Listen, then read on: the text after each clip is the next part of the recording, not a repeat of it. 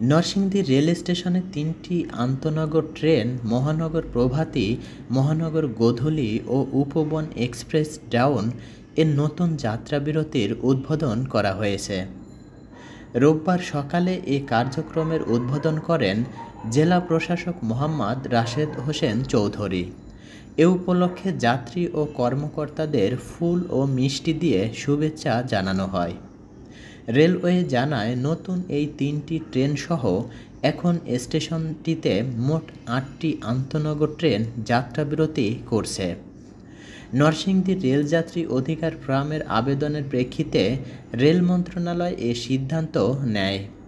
জেলা প্রশাসক জানান, জেলার শিল্প, শিক্ষা ও ব্যবসার গুরুত্ব বিবেচনায় এই সিদ্ধান্তে উপকৃত হবেন সাধারণ যাত্রীরা।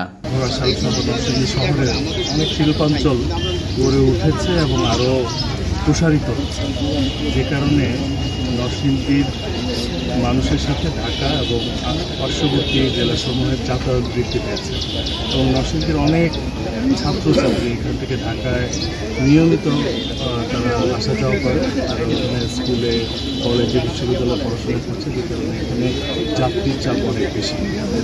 সেই লক্ষ্যে আসলে এখানে সেভাবে সড়ক যোগাযোগের ক্ষেত্রে ভালো বাস সার্ভিসে ট্রেনের উপর তারা নির্ভরশীল। এ কারণে এখানকার লোকাল কিছু ফোরাম সংগঠন, যেমন নরসিংদী রেলযাত্রী ফোরাম, তারা দীর্ঘদিন যাবৎ তারা একটা